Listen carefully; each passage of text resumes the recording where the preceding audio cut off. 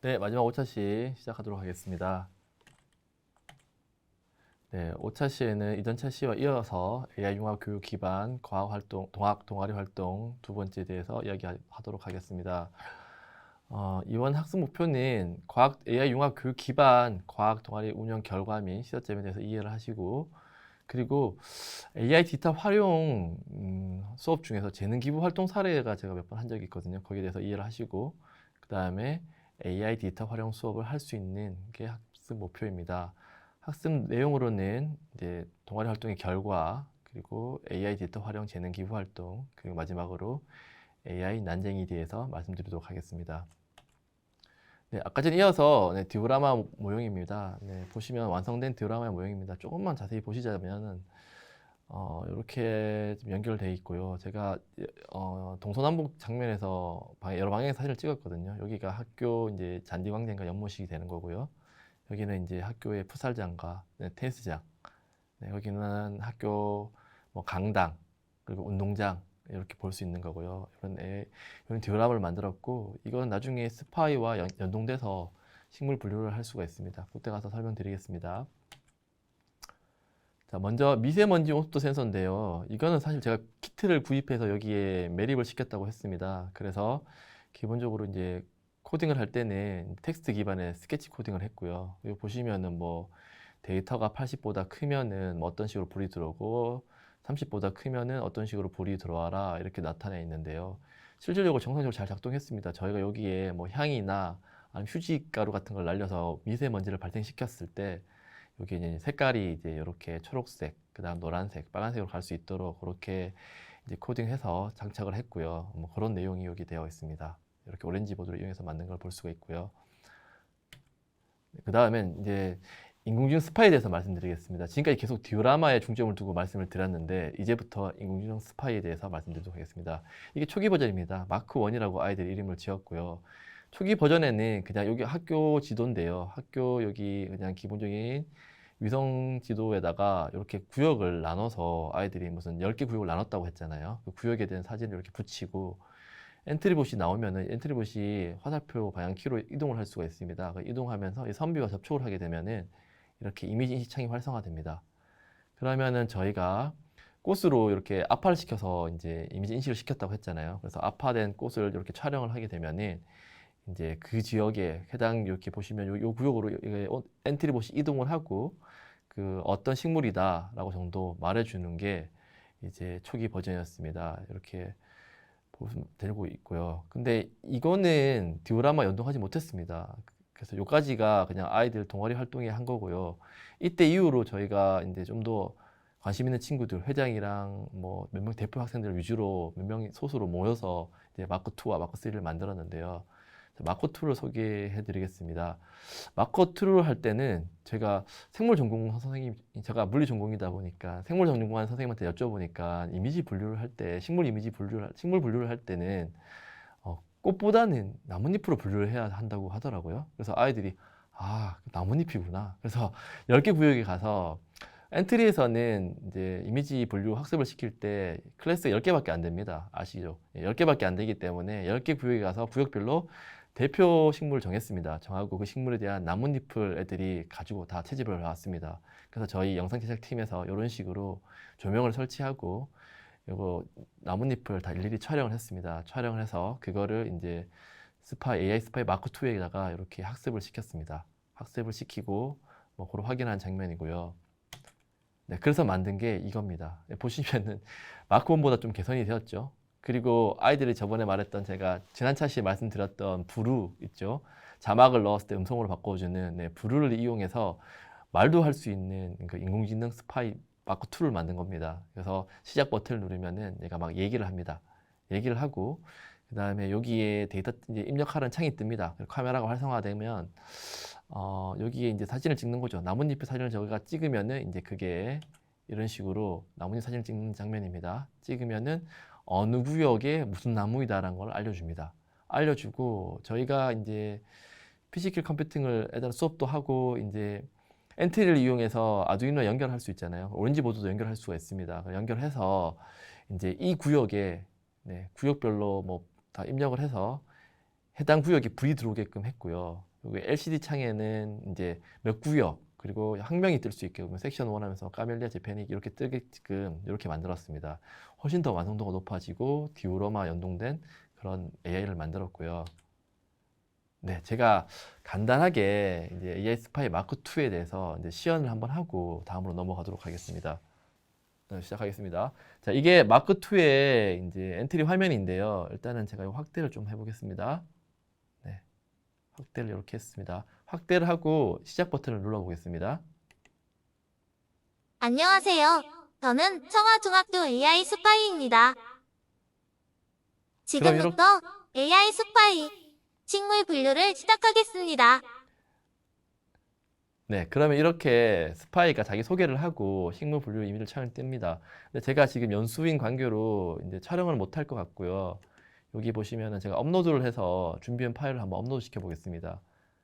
그러면은 네, 업로드를 한번 시켜 보겠습니다. 여기 제가 메타세콰이어 풍рам을 준비해 왔는데요. 메타세콰이어를 한번 업로드 시켜 보겠습니다. 그리고 적용하기를 눌러 보겠습니다.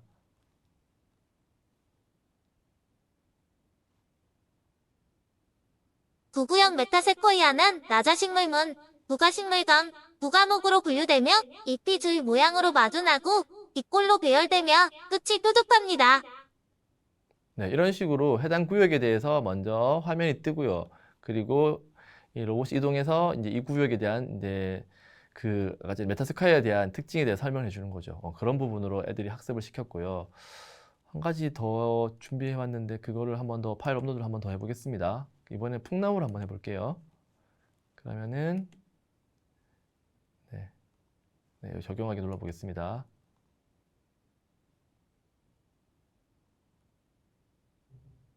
팔구역 풍나무는 속시식물문, 쌍덩이식물강, 세기풀목으로 분류되며 잎이 단풍잎처럼 갈라지고 가장자리에 톱니가 있습니다. 네, 그러면 이렇게 또 8구역으로 안내하고 풍나무에 대한 설명을 하고 또 돌아오고 다시 이런 식으로 데이터 입력창이 뜨게끔 이렇게 만들었습니다. 자, 이렇게 만들었고 지금 여기서는 보여드릴 수 없는데 이게 디오라마 연동돼서 불이 들어온다는 겁니다. 네, 그렇게 해서 구역별로 불이 들어올 수 있게끔. 그래서 여기에 대한 애들이 만족도가 굉장히 높았어요. 왜냐하면 자신이 만든 AI가 정상적으로 작동을 하고 심지어는 불까지 들어오고 디오라마 연동돼서 그래서 만족도가 제일 높았던 그런 이제 마크2의 모습이고요. 자, 그럼 다음으로 넘어가겠습니다. 네, 그 다음에 이제 마크 3입니다. 이제 활용 버전입니다. 근데 아이들이 이제 마크 2까지 만들고 나니까 뭐랄까, 좀 생각한 게 있었는데, 그게 왜 자꾸 저희는 이미지 인식만으로 분류를 할까요, 선생님? 그냥 음성으로 인식하는 게 제일 편하지 않을까요? 그냥 AI한테 음성으로 인식시켰을 때, 그거에 대한 분류를 AI가 해주면 훨씬 좋지 않을까요? 그런 AI를 만들고 싶어요. 라고 얘기를 하더라고요. 그래서 아이들에게 생각해 놓은 게, 마크 3는 그냥 포항시에 있는 자생식물 자료를 만들었습니다. 포항시의 아름다운 숲이거나 그런 자생식물 10가지 구역에 있는 뭐 그런 숲을 선정하고 난 다음에 그에 대한 자료를 찾았고요. 이미지랑 자료를 찾았고요. 이제 음성 모델 학습을 시켰습니다. 그런데 이게 음성을 학습시킨다는 게 쉽진 않잖아요. 뭐 봄철 아름다운 곳을 알려줘. 뭐 이런 식으로 학습을 시켜야 되는데 그래서 일단 음성을 어떻게 학습시킬까 고민하던 중에서 애들이 그냥 선생님 우리 키워드를 한번 만들어 봅시다 이렇게 얘기를 하더라고요. 그래서 키워드를 보시면은 뭐 봄, 여름, 뭐 치유, 가족, 산책, 뭐 역사, 맨발 걷기 뭐 이런 키워드를 입력했을 때 이 인공지능 AI가 뭐 거기에 대한 설명을 할 수 있는 그런 걸 만들려고 아이들과 노력을 했었습니다. 그래서 만든 게 이 마크 3의 모습입니다. 보시면은 뭐 이미지가 아닌 이제 그런 음성으로 분류를 하는 그런 작동 방법을 볼 수가 있고요. 여기 나오는 캐릭터는 제가 지난 차시에 말씀드렸던 튜닝이라는 웹툰, 인공지능 웹툰 제작 프로그램에서 학생들이 자기 얼굴 이미지 인식을 통해서 자기와 비슷한 캐릭터를 이렇게 만든 거예요. 네, 얘가 또 막 움직이면서 설명하는 그런 모습이 나타나고요. 그런데 지금 일단은 제가 시연을 보여줄 건데요. 이게 제대로 잘 작동했을까요? 네, 궁금하시죠? 한번 일단 보면서 한번 보시기 바랍니다. 일단은 자, 이게 마크 3의 이제 엔트리 화면입니다. 제가 일단은 역시 화면을 크게 해서 네, 시작을 한번 해보겠습니다. 보시면은 그냥 포항 지역에 대해서 여기 인공지능 위성 사진을 또 가지고 와서 이렇게 아이들이 다 붙여줬어요. 붙였고 만약에 음성 인식을 했을 때 해당 지역에 대해서 이렇게 뜰 수 있게끔 네, 이렇게 만들어줬고요. 기본적인 구조는 이렇습니다. 실행을 한번 해보겠습니다.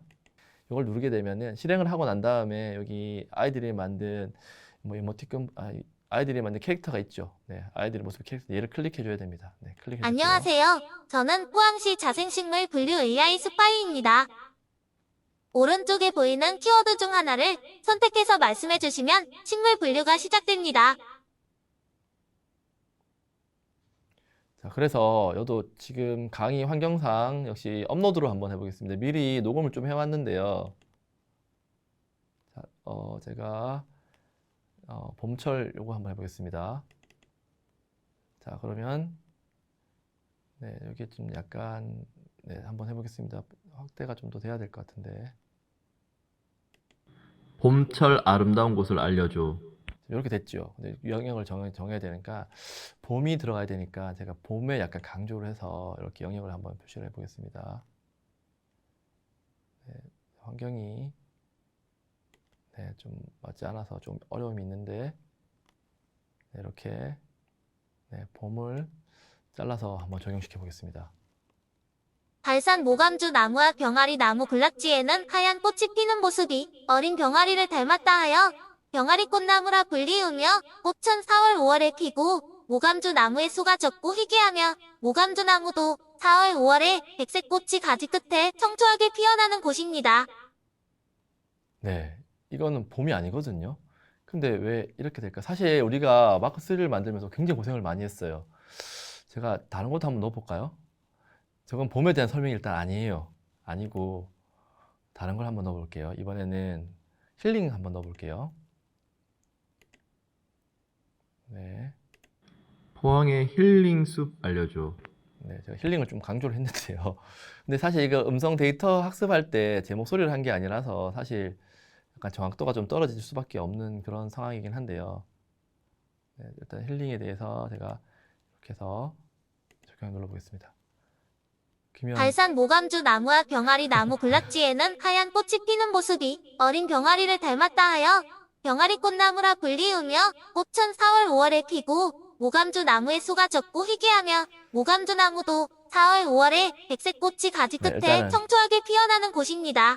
네, 이렇게 정지를 한번 하겠습니다. 근데 잘 안 되죠.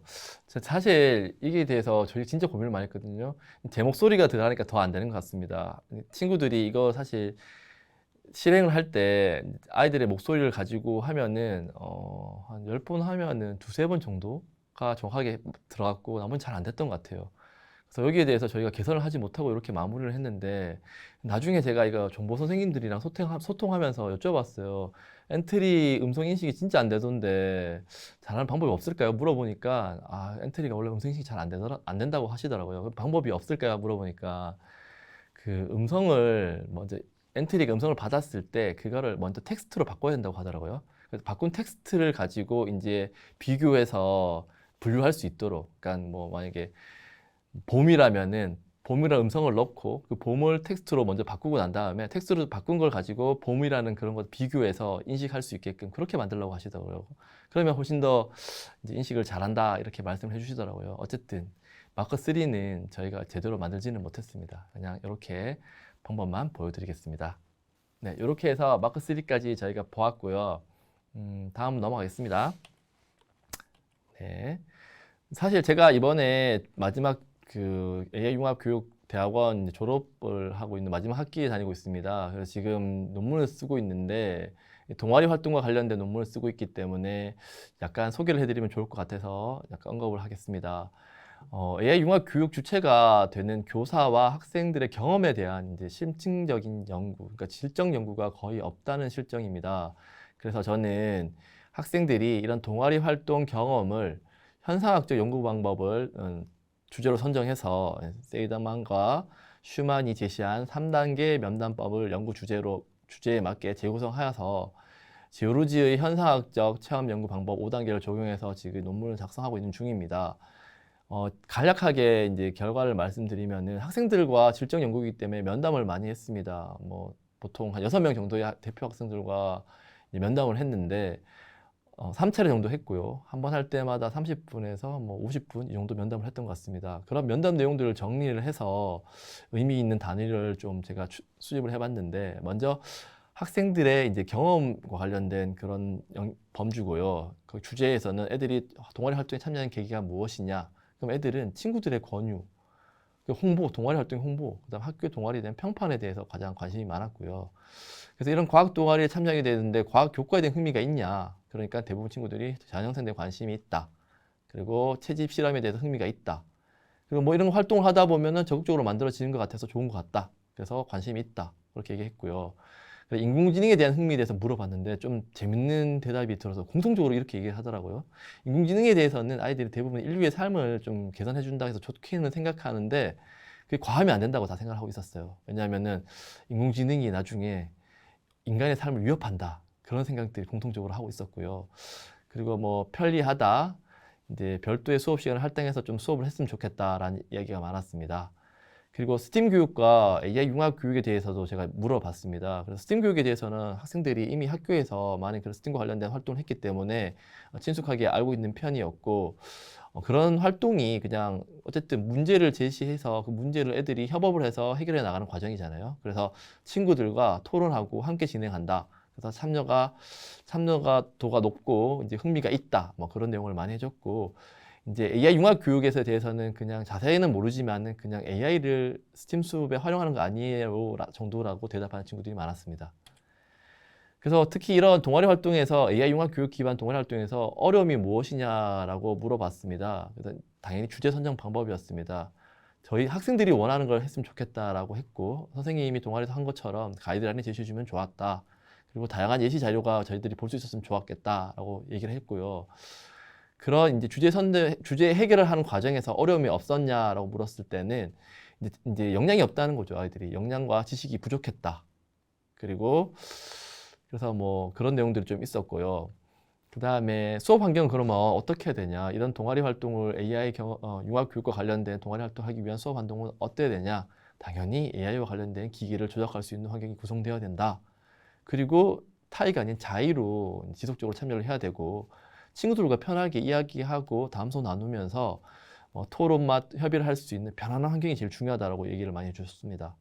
그러면은 인공지능 수업에서 학습 데이터를 어떻게 수집했냐? 근데 굉장히 그걸 어려워했었습니다. 왜냐하면 아이들은 빅데이터가 말로만 들었지 어떻게 활용하고 어디서 구하는지 그런 것들 잘 몰랐어요. 그래서 그런 거에 대한 어려움이 많다라는 얘기를 했고요. 그리고 아까 전에 제가 마크3를 만들면서 아이들이 느꼈던 이제 이미지 인식에 비해서 오류가 많은 음성 인식에 대해서 이제 어려웠다. 그렇게 얘기를 했고요. 그러면은 여기에서 이제 어려움을 겪었을 때 교사들은 어떤 도움을 줘야 되냐? 그러니까 당연히 문제 해결에 맞는 소프트웨어를 제시해야 된다. 뭐 마크3를 만들 때 제가 그렇게 음성 인식을 텍스트로 바꾸고 텍스트를 비교해서 분류하는 그런 걸 제시했다면 아이들이 쉽게 해결했겠죠. 근데 그건 제 역량이 부족했던 것 같습니다. 네, 그래서 그런 걸 제시하는 게 중요하고 이제 아이들에게 맛있는 음식과 지원과 응원을 해주는 것도 중요하다라고 이렇게 얘기를 했었습니다. 그리고 마지막으로 이런 동아리 활동이 학생들에게 주는 의미에 대해서 살펴보자면은 이제 아이들이 문제에 대해서 해결했으니까 그 역량을 키워가면서 그 과정 해결했기 때문에 뭐 어려움을 극복하는 방안, 지식을 융합한다. 교과나 지식을 융합하는 그런 것들, 그래서 이해를 한다, 뭐 그런 것들을 통해서 성취나 자신감을 얻었다고 했고요. 그리고 학생들과 서로 상호작용하고 교사와 상호작용하고 교류하고 그런 활동을 통해서 어울림과 협동에 대해서 배웠다, 뭐 말을 해주었고요. 그리고 이제 인공지능과 이런 첨단 과학에 대한 흥미를 느꼈다는 게 굉장히 많았고 이와 더불어서 학생들이 인공지능과 첨단 과학과 관련된 그런 진로나 거기에 대한 이제 관심이 굉장히 증가해서 뭐 더 해보고 싶다. 그리고 이쪽으로 진로를 삼고 싶다. 그런 식으로 얘기하는 학생들이 굉장히 많았습니다. 뭐 이상으로 과학 동아리 그 주제에 따른 그런 활동에 대한 이야기를 마치고요. 또 다른 제가 재능 기부에 대해서 간단히 말씀드리도록 하겠습니다.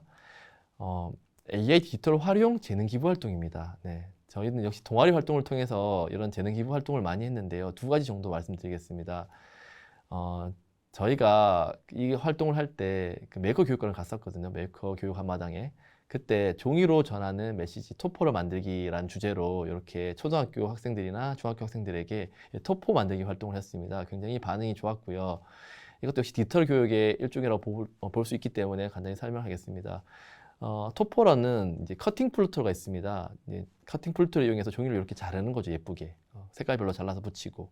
그런 걸 할 수 있는 사이트가 실루엣 스튜디오라는 사이트가 있습니다. 여기에서는 이제 사이트 여기 홈페이지 주소가 있는데요. 여기 들어가서 실루엣 스튜디오를 무료로 다운받을 수가 있어요. 프로그램을 설치하고 그럼 이렇게 간단한 디자인을 할 수가 있습니다. 그래서 이런 거 활동을 학생들이랑 같이 했고 이런 거를 만드는 활동을 간단하게 어린이들과 하면서 이렇게 메이커 교육의 즐거움을 나눴고요. 또 하나 더 설명을 드리자면은 이건 원래 저희가 올 5일 어린이날에 이제 저희 동아리 학생들 데리고 다시 이렇게 재능 기부 활동을 했는데요. 제목이 슛골인 AI 로봇 축구입니다. 이거는 핑퐁 로봇이라고 최근에 많이 나오는데 20 CES에서 핵심상을 받은 그런 이제 교구인데요. AI 교구인데요. 이걸 이용해서 저희는 이제 로봇 축구를 했어요. 그러니까 학생들이 또 반응이 되게 좋았습니다. 이 오토카 4대를 뭐 만들어서 이거를 이렇게 조종을 하면서 축구를 하는 그런 장면이거든요. 그래서 이런 걸 하면서 인공지능과 로봇이나 AI에 대해서 뭐 유용함과 즐거움에 대해서 계속적으로 전파를 하고 있고요.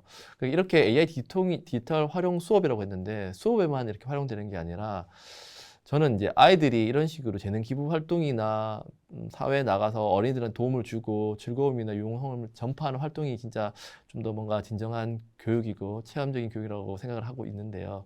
어떤 이런 활동이 다양하게 이런 식으로 쓰일 수 있다는 것, AI 디지털 교육들이 그런 것도 착안해서 선생님들도 약간 구상을 하시면 좋을 것 같습니다. 그리고 제가 AI 난쟁이라고 표현을 했는데요. 사실 저는 전공이 정보나 무슨 그런 컴퓨터 쪽이 아닙니다. 그냥 과학 교사라서 제가 약간 좋아하는 문구를 응용해서 AI 난쟁이에 대해서 약간 설명을 드리자면은 뉴턴이 그 프린시피아 요거 아시죠? 네, 여기에 대해서 이제 보낸 편지에는 이런 내용이 있어요. 만약 내가 멀리 보았다면은 그것은 거인들의 어깨 위에 섰기에 뭐 가능했다라고 표현을 해놓은 적이 있어요. 약간 뉴턴이 겸손하다 뭐 그런 내용인데요. 뭐 논란도 후에 좀 있긴 했지만은 이걸 약간 빗대어 저도 AI 디지털 활용 수업을 설계할 때는 AI 거인들의 어깨에 올라타자라고 말씀드리고 싶습니다. 사실 저도 AI와 관련된 게 크게 많이 아는 건 없는데 미리 기존에 만들어진 다양한 선생님들이 만들어진 자료들을 활용하니까 뭐 할 수 있는 게 굉장히 많더라고요. 그래서 아무리 AI 난쟁이라도 AI 이런 거인들의 힘을 빌리면은 더 멀리 아주 멀리 볼 수 있지 않을까? 뭐 이렇게 좀 얘기를 하고 강의를 마치고자 합니다.